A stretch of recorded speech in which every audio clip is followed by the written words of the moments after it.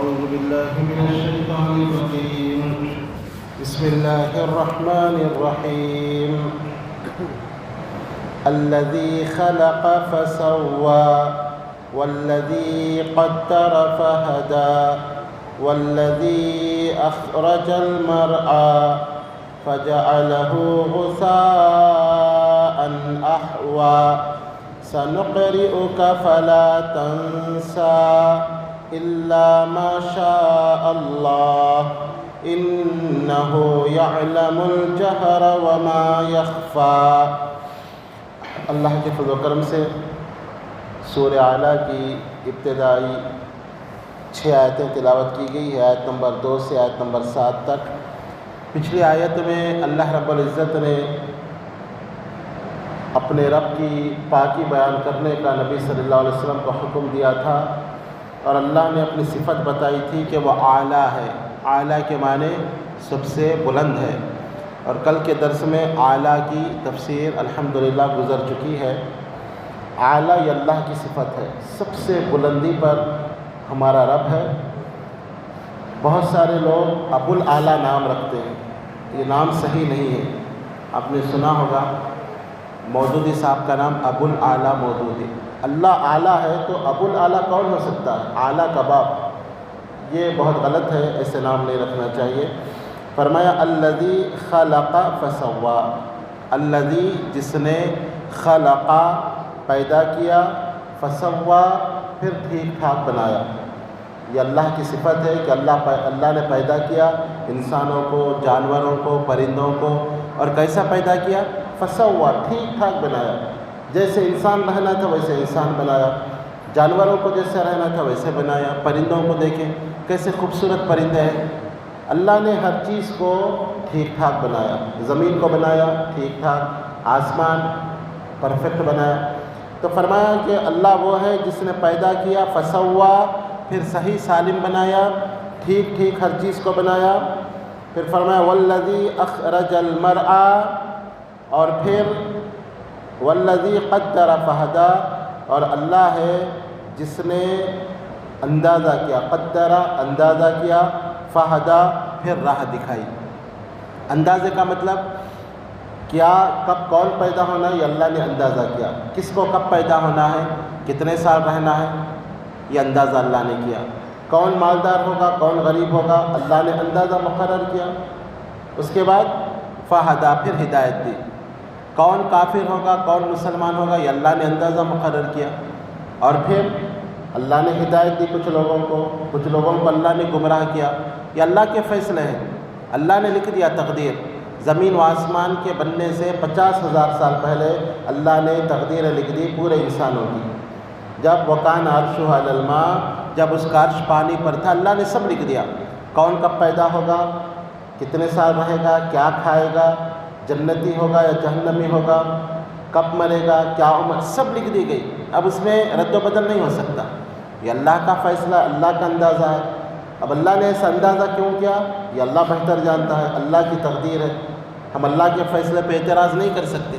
کوئی یہ نہیں کہہ سکتا کہ اللہ نے مجھے غریب کیوں لکھا، فلاں کو امیر کیوں لکھا، مجھے فلاں کو جنتی کیوں لکھا، مجھے جہنمی کیوں لکھا. یہ اللہ کے فیصلے ہیں، یہ اللہ کے راز ہیں، ہم کو پتہ نہیں ہے. ہو سکتا ہے قیامت کے دن یہ راز کھلے، لیکن ہر چیز اللہ نے لکھ دیا ہے. جو اللہ نے لکھا وہی ہوگا. جس کو اللہ نے غریب بنانا چاہا اس کو اتنے ہی اختیارات دے دیے، اور جس کو اللہ نے مال دینا چاہا اس کے اختیارات زیادہ کر دیے. وہ زیادہ کماتا ہے اچھے انداز سے، اس کا لائف اسٹائل الگ ہے. جس کو اللہ نے جنت لکھا سیدھا راستہ آسان کر دیا، وہ نماز پڑھتا ہے، وہ صدقہ و خیرات کرتا ہے. اور جس کو اللہ نے جہنمی لکھ دیا، غلط راستے آسان ہے اس کے لیے. شراب پینا، فلمیں دیکھنا اور لوگوں کا حق مارنا یہ آسان ہے. تو اللہ نے فرمایا کہ والذی قدر، اس نے اندازہ کیا، فہدی پھر راہ دکھائی. جس کو جیسی راہ دکھانا ہے دکھا دی. جنتی لوگوں کو نیک راہ آسان کر دیا، اور جہنمی لوگوں کے لیے برا راستہ آسان کر دیا. جو نماز نہیں پڑھتے نماز پڑھنا مشکل، جو نماز پڑھتے ہیں نماز چھوڑنا مشکل ہو جاتا ہے. کوئی اگر نمازی ہے ایک وقت کی نماز اگر چھوڑ جائے وہ بے چین ہو جاتا ہے، اس کو رات میں نیند نہیں آتی. اور جو بے نمازی، شرابی اور دنیا دار ہے اس کو بولو کہ نماز پڑھو، وہ بہت مشکل ہے اس کے لیے. کیسے نماز پڑھے؟ تو یہ اللہ کی مرضی، اللہ کے فیصلے، اللہ نے اندازہ کیا، فہدا پھر راہ دکھا دی۔ والذی اخرج المرعا، اور پھر اس نے اخرجا نکالا، مرعا، مرعا کے معنی ہے گھاس، گھاس جو جانور کھاتے ہیں یا پودے، یہ اللہ نے نکالا۔ یہ بھی اللہ کی قدرت ہے، بارش ہوتی ہے گھاس ہو جاتی ہے اور جو ہے پودے اگ جاتے ہیں، اور اس سے جانوروں کو فائدہ ہے، جانوروں کی غذا ہے، جانور کھاتے ہیں، انسانوں کو گوشت دیتے ہیں، انسانوں کو دودھ دیتے ہیں، یہ جانوروں کو طاقت اس سے ملتی ہے۔ یہ گھاس ہونا یہ بھی اللہ کی قدرت ہے، زمین سے گھاس اگ جاتی ہے جو جانوروں کی غذا ہے، اور اللہ نے ہمارے لیے بنایا، اور پھر اس میں اتنی برکت دی، ہزاروں جانور پیدا ہوتے ہیں، سب کے لیے گھاس ہے، اور پھر برکت ہے اس کے اندر، ہزاروں بیل کٹتے ہیں، ہزاروں لاکھوں بکرے کٹتے ہیں، اور پھر اس میں کمی نہیں ہوتی، بالکل بڑھتے جا رہے ہیں، لوگ کھا رہے ہیں، لوگ صحت مند ہو رہے ہیں۔ تو یہ اللہ کی قدرت ہے۔ اللہ نے فرمایا کہ اس نے نکالا مرعا، گھاس کو، تازہ گھاس، فجعلہ غثاء احوا، پھر اس گھاس کو ہم نے کیا کر دیا؟ خشک کر دیا، خشک کر کے کوڑا بنا دیا۔ اس میں بھی اللہ کی قدرت کی نشانی کہ کوئی چیز کی زندگی ہمیشہ نہیں رہتی، گھاس ہری بھری پھر سیاہ ہو جاتی ہے، ٹوٹ جاتی ہے، کوڑا بن جاتا ہے، انسانوں کی زندگیاں ہیں پھر ختم ہو جاتی ہے۔ تو فرمایا کہ ہم نے اس کو پھر کوڑا اور کالا ہم نے بنا دیا۔ پھر فرمایا سنقرئک فلا تنسا، سنقرئک ہم تجھے پڑھائیں گے، قرآن ہم پڑھائیں گے، فلا تنسا پھر تو اس کو نہیں بھولے گا۔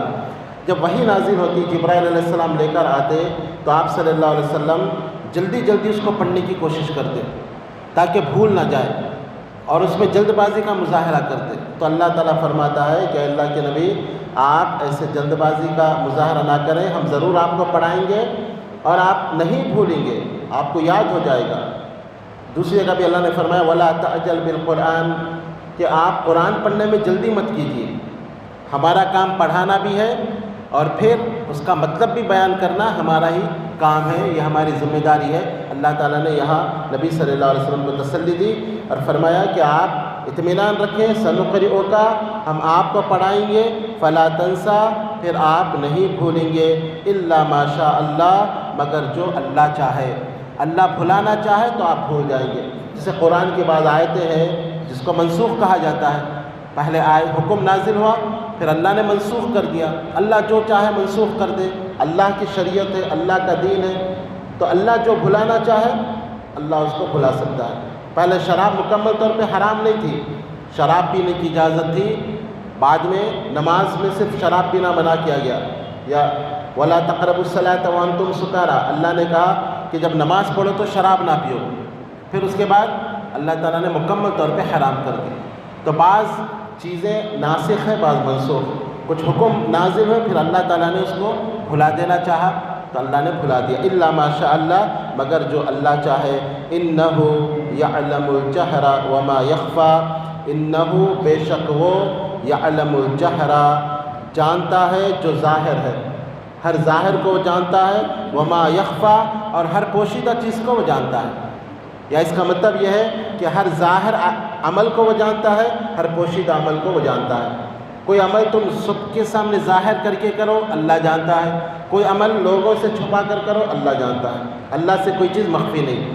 کوئی گناہ کوئی نیکی سب کے سامنے کرو اللہ کو معلوم ہے، کوئی گناہ چھپ کر کرو اللہ جانتا ہے، کوئی نیکی چھپ کر کرو اللہ جانتا ہے، اللہ ہر چیز کو جانتا ہے۔ اسی لیے لقمان علیہ السلام نے اپنے بیٹے کو نصیحت کرتے ہوئے کہا یا بنی انہا ان تک مثقال حبۃ من خردل فتکن فی صخرۃ او فی السماوات او فی الارض یأتی بها اللہ، کہ اگر تو رائی کے دانے کے برابر بھی کوئی عمل تو کسی غار کے کوہ میں جا کر کر یا آسمانوں میں کر، زمینوں پہ کر، اللہ تعالیٰ قیامت کے دن اس کو حاضر کرے گا۔ کیوں؟ اللہ تعالیٰ بڑا باریک بین ہے اور اللہ تعالیٰ ہر عمل کو لانے پر قادر ہے۔ اللہ تعالیٰ سے دعا ہے کہ صحیح معنوں میں قرآن کو سمجھنے اور اس کے مطابق زندگی گزارنے کی توفیق عطا فرمائے۔ آمین یا رب العالمین۔ وآخر دعوانا ان الحمد للہ رب العالمین۔ سبحان اللہ وبحمدہ، سبحانک اللہم وبحمدک، واشہد ان لا الہ الا انت استغفرک۔